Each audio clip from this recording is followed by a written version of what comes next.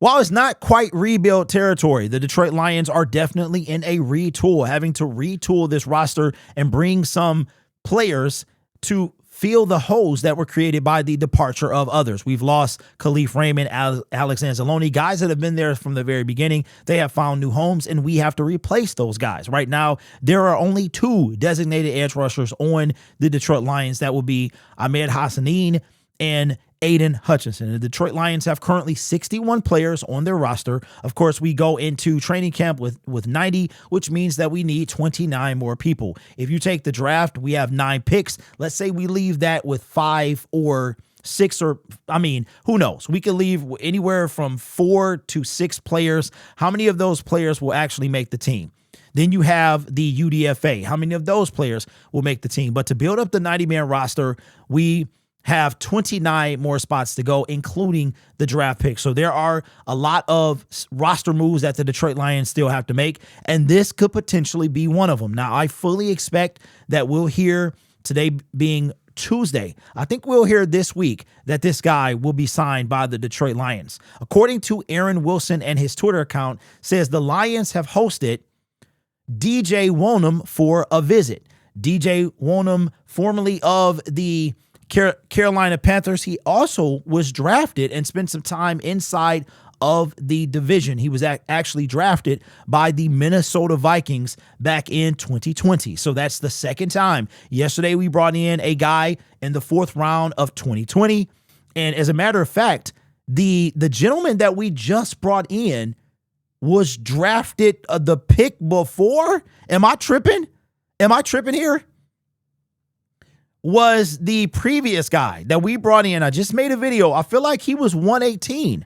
I could be off. He was in the 4th round. It was 118. So Wonnum was drafted. Hey, let me know in the comment section, because this is all off the top. And I'm like, didn't we just do 118? So it was Wonnum, and then it was the other offensive lineman that we literally brought in yesterday. So DJ Wonnum, 6'5", 258.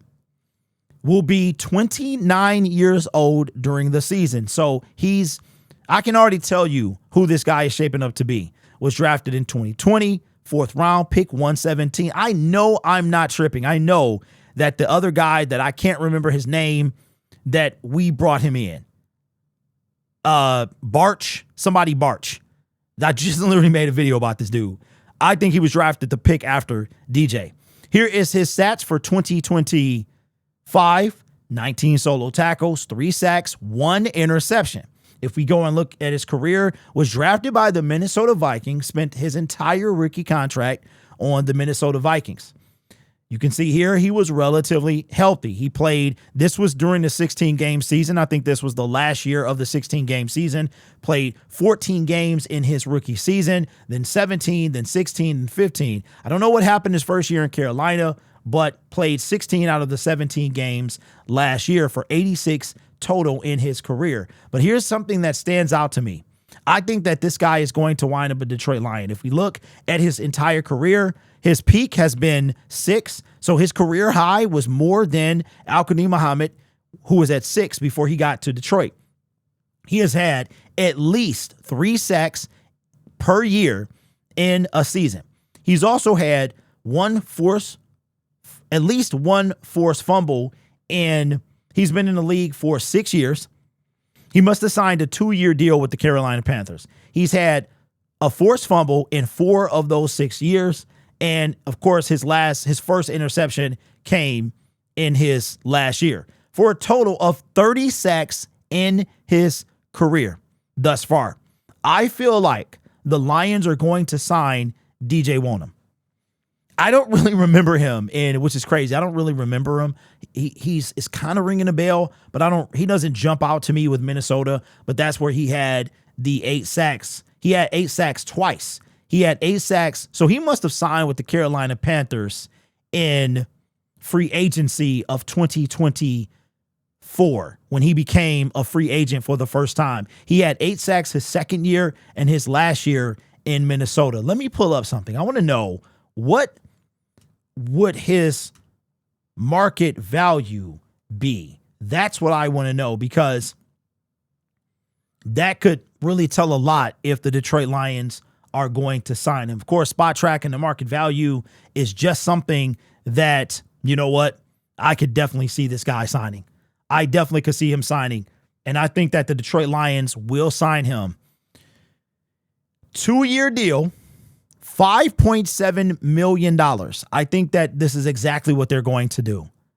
I'm not sure if he'll be number 2, but I feel like he might, because you're talking about, this doesn't mean that the Lions will sign him to a 2-year deal. Brad does not like to give out 2-year deals to players who have not played for his team before. He did give one to DJ Reed. He gave one to DJ Reader, but it's not too many people who didn't play for the Detroit Lions prior to them getting that 2-year contract that they get a 2-year deal. But I think somebody like DJ, he would try to wrap up for 2 years. So this 5.7 would be under what the Detroit Lions paid Marcus Davenport his very first year in Detroit. So I could 100% see the Detroit Lions doing this. This is right in the sweet spot. You can get a guy that is under $6 million. Who knows how much of that will be guaranteed, who you could lock him up for 2 years. And again, 2 years is the duration of the regime. So I think that this is shaping, you know what? I don't know. Looking at his stats, looking at his market value, I don't know if he would be, I feel like that if Brad, I fully expect the Detroit Lions to sign him. I wouldn't call him injury prone, but he's battled injury the past 2 years. So you have that. He's close to 30. You have that. He's affordable.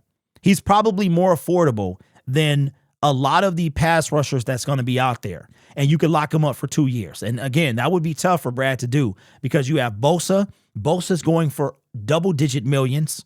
You have Cam Jordan. Cam Jordan would be you could get Cam Jordan for 1 year and DJ Wonnum for 2 years for under what it would cost for Joey Bosa for 1.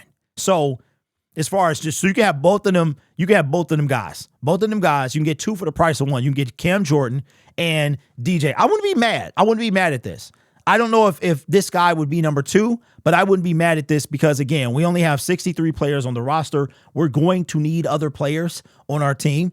And I could see DJ signing him and him making the team. Now, let me see. What did he sign? He signed, I'm going to see if I can find his contract details. Yes. So 2 years ago, to put this in perspective, 2 years ago, on March 14th, almost to the day, he signed a 2-year, $12.5 million contract with the Carolina Panthers. So Minnesota drafted him, fourth round. He goes his rookie contract. He becomes a free agent. He gets a 2-year, $12.5 million deal. And now you're talking about value. His value barely decreased. Now they're talking about a 2-year deal instead of 12.5, 11.3. So I fully expect DJ Wonnum to be a Detroit Lion. But let's look at his overview as he was coming out of college. Of course, he now has 6 years in the pros, but let's take a look and see what the draft prospect was. Wonnum has experience playing standing or with a hand down, but is best suited as a rush linebacker in a 3-4. He's not a premium pass rusher, but possesses desirable length and slippery body turn to create pressure with secondary rush effort or when activated in a twisting front, which means that he can come off stunts and stuff like that. He carries decent core strength, but might always, bring this up so you guys can see it. He carries decent core strength, but might always struggle as a run defender due to below average bend. His lack of speed and suddenness could work against him, and his ceiling might be as a good backup with rotational potential off the edge. So we know that we love guys that can rush the passer and are good against the run. So, but of course, this is pre-draft. DJ's been in the league for 6 years, played his entire career with the Minnesota Vikings, entire rookie contract with the Minnesota Vikings, and then decided to take his talents to Carolina in free agency. Now free agency again, not back to Carolina, brought him in for a workout this afternoon. I believe that the Detroit Lions are going to sign DJ Wonnum. Now I would have to go look at his, watch his tape, look at NFL Pro and see what he did against the pass and the run and all that other stuff, you guys can check out his PFF grades. But I fully expect the Detroit Lions to sign DJ Wonnum. It's just a matter of time. Today's Tuesday. I expect by Saturday we'll hear, maybe as early as tomorrow, because again, the Detroit Lions have two, and I don't know, even though he's a linebacker, because it's weird, like depending on where you look. Muhammad was a linebacker. He was edge. James Houston was a linebacker. He was edge. You know what I'm saying? So this guy, DJ, fits in that Brian Burns, Kayvon Thibodeau, those type of guys. Then you have like, I think Josh Hines Allen is actually a linebacker by designation, but he rushes the passer. So I fully expect this to happen in the next few days. We'll probably hear something as early as tomorrow. It's just a matter of, do the Detroit Lions, or will they do a 2-year deal? Will they do a 1-year deal? And of course, DJ has some say-so in this as well. He decided to sign a 2-year deal with Carolina, and that doesn't mean he has to take one here. And Brad doesn't like to hand out. He would have to really believe in, as a matter of fact, put in the comment section if you guys know, how many players have we brought in under this regime that initially got a 2-year deal from the start, at least. So if you got a 3-year deal like Cam Sutton is one. He got a 3-year deal. DJ Reed, DJ Reader. Those are a couple guys I could name off the top. Not like an Alex Anzalone who did a 1-year and then was like a 2-year. Like if you came, you weren't out on the team, you came as a free agent and instantly signed a 2-year deal or more. Let me know your thoughts. But I wouldn't be mad at this. I wouldn't be mad at this signing. I mean, 30 career sacks, 3 last year with the potential. So he's got like AQM potential. And again, this is not, I haven't looked at any film or anything like that. I don't get to see a bunch of Carolina games. His name does ring a bell. I really don't remember him in Minnesota like that. But then again, I don't remember what happened yesterday most of the time. So let me know what you think. And do you think that the Detroit Lions will bring him in? If they did, could you see him being number 2, or do you think this is a depth signing? I don't know. It depends on, I mean, if we compare him with Muhammad, it would be a depth signing with the potential to do more. So I still think that we're going to get that number 2 edge via the draft.